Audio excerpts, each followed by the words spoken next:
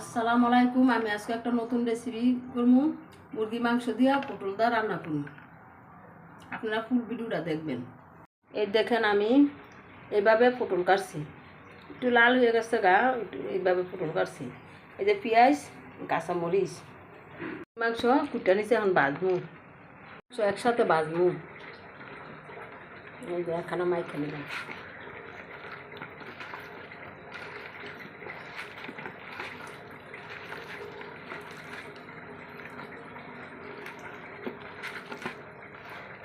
হ্যাঁ হয়ে গেছে।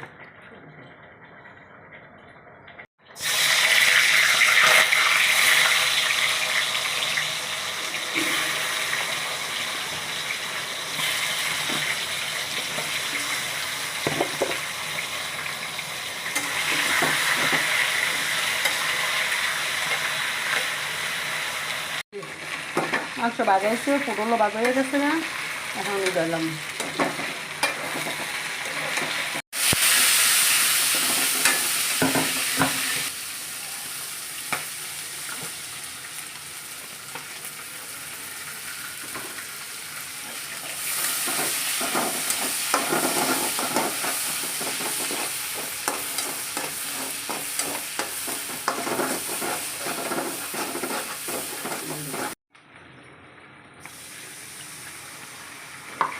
আদা রসুন বাটা,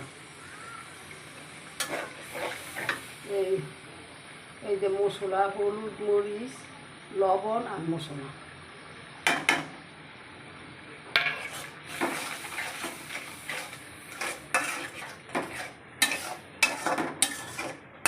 তরকারি হয়ে গেছে, এখন নামালাম। মশলা কষানো হয়েছে, উঠেদা তেল বাইছে।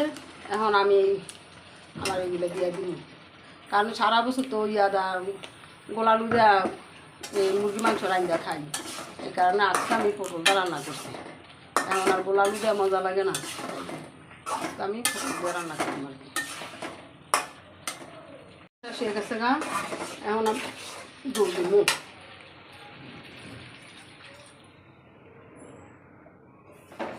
বেশি জল দিতাম না, বুনা বুনা করবো আর কি। দেখেন আমি পটল দাম দিন মুরগি মাংস আনছি, অনেক সুন্দর হয়েছে। দেখেন কালারটা কত সুন্দর, অনেক সুন্দর একটা গেরা রয়েছে।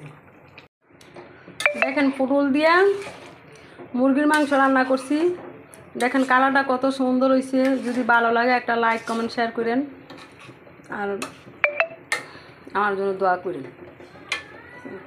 তরকারিটা হয়ে গেছে।